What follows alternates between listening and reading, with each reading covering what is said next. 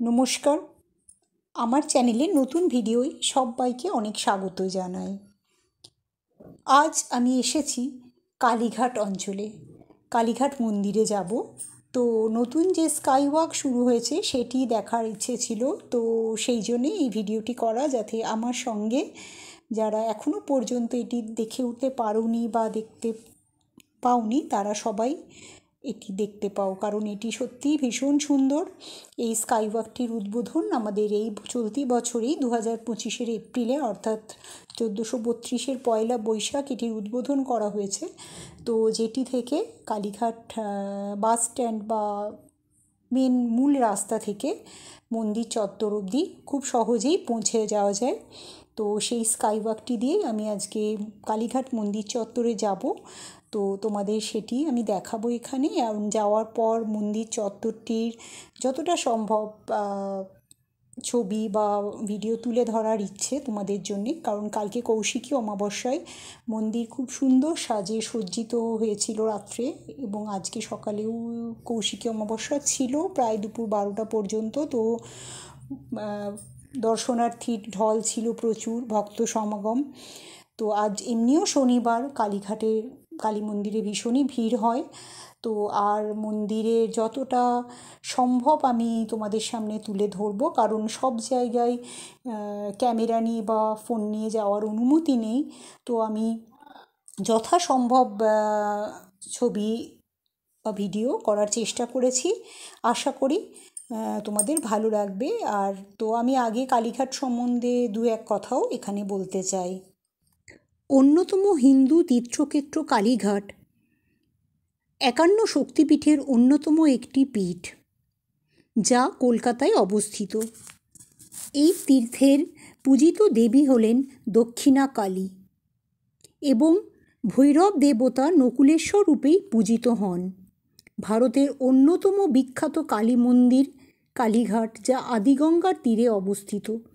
লক্ষ লক্ষ ভক্তের কাছে এটি অত্যন্ত পবিত্র তীর্থক্ষেত্র। পৌরাণিক কিংবদন্তি অনুসারে সতীর দেহত্যাগের পর তার ডান পায়ের 4টি আঙ্গুল মতান্তরে একটি এই তীর্থে পতিত হয়েছিল। পুরাণ মতে এ স্থান বারাণসী তুল্য।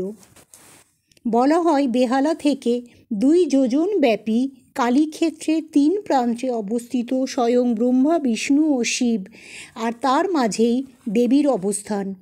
দেবী এখানে ভৈরবী, বগলা, মাতঙ্গী, বিদ্যা, কমলা, ব্রাহ্মী, মহেশ্বরী, চণ্ডী প্রভৃতি রূপে পূজিতা হন। দীপান্বিতা অমাবস্যায় দেবীকে মহালক্ষ্মী রূপে পুজো করা হয়। মন্দিরটির নির্মাণে সাবর্ণ রায়চৌধুরী পরিবারের বিশেষ ভূমিকা রয়েছে। কালীঘাট মন্দির প্রতিদিন ভোর 5টা থেকে দুপুর 2টো পর্যন্ত এবং বিকেল 5টা থেকে রাত্রি 10:30টা পর্যন্ত খোলা থাকে। দুপুরে 2টো থেকে বিকেল 5টা পর্যন্ত ভোগ নিবেদনের জন্য মন্দির বন্ধ রাখা হয়। সকালের আরতি ভোর 5টা থেকে শুরু হয় এবং সান্ধ্য আরতি অর্থাৎ সন্ধ্যার আরতি সন্ধ্যে 6:30টা থেকে শুরু হয়। তবে উৎসব ও বিশেষ দিনগুলিতে সময়সূচিতে কিছু পরিবর্তন আসতে পারে। শনি ও মঙ্গলবার দর্শনার্থীদের তথা ভক্তদের বিশেষ ভিড় লক্ষ্য করা যায়। 51 সতীপীঠের অন্যতম সতীপীঠ হওয়ার কারণে এই মন্দির অর্থাৎ কালীঘাট মন্দিরের ধর্মীয় গুরুত্ব অপরিসীম। ধর্মীয় গুরুত্বের সাথে কলকাতার সংস্কৃতি ও ইতিহাসের একটি অবিচ্ছেদ্য অংশ হলো এই কালীঘাট মন্দির। দেশ বিদেশের দর্শনার্থীদের আকর্ষণ কেন্দ্র এই মন্দির। স্নানযাত্রার সময় পুরোহিতরা তাদের চোখ ঢেকে দেবীকে স্নান করান। অসংখ্য ভক্ত উল্লেখযোগ্য সংখ্যায় উৎসবগুলিতে এই মন্দিরে উপস্থিত হন। আশপাশের এলাকা অত্যন্ত প্রাণবন্ত ও মনোমুগ্ধকর হয়ে ওঠে। কালীঘাট মন্দিরকে কলকাতার অভিভাবক হিসেবেও গণ্য করা হয়।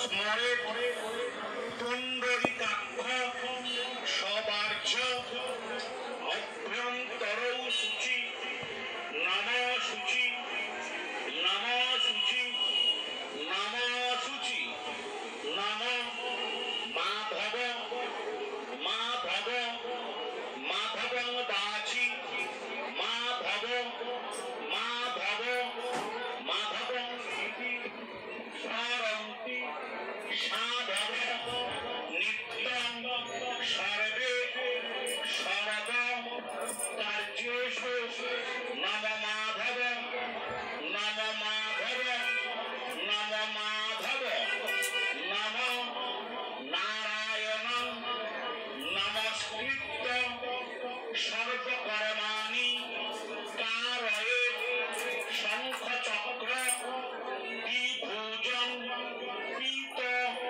পাশাশং প্রারম্ভে কর্মণং বিপ্র পুণ্ডরীকং স্মরেধ্বনি নম এষ সচন্দন গন্ধপুষ্প বিল্লপত্রম অঞ্জলি সাঙ্গায় সগণ সপরিবারায় সহিতায় মহিষগ্নি মহামায়ে চামুণ্ডে মুণ্ডমালিনী আয়ু আরোগ্যং বিজয়ং দেহি দেবী নমস্তুতে আয়ুর্দেহি যশো দেহি ভাগ্যং ভগবতীর দেহি মে ভগচ্ছেদে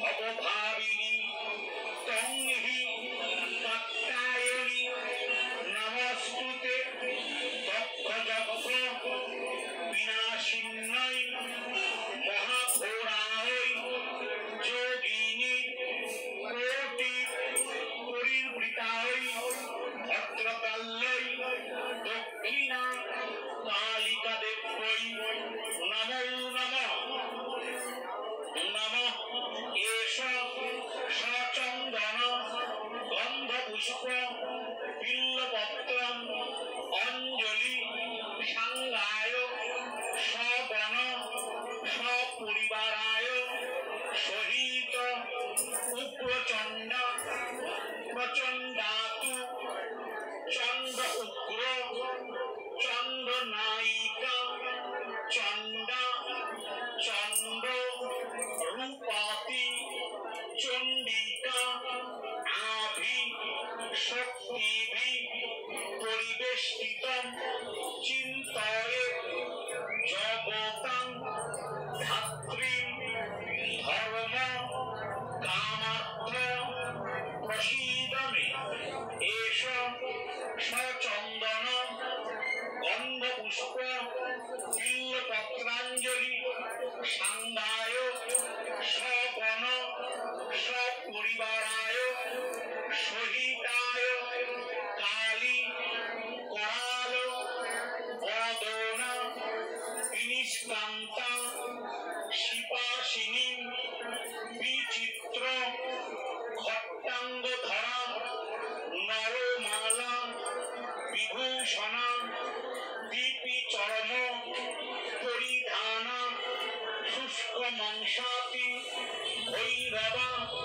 অতি বিস্তার অদনা লোলহ জীবান দক্ষযজ্ঞ বিনাশিন্যৈ মহাঘোরায় যোগিনী কোটি পরিবৃতায় দক্ষিণা কালিকা দেব্যৈ নমো নমঃ।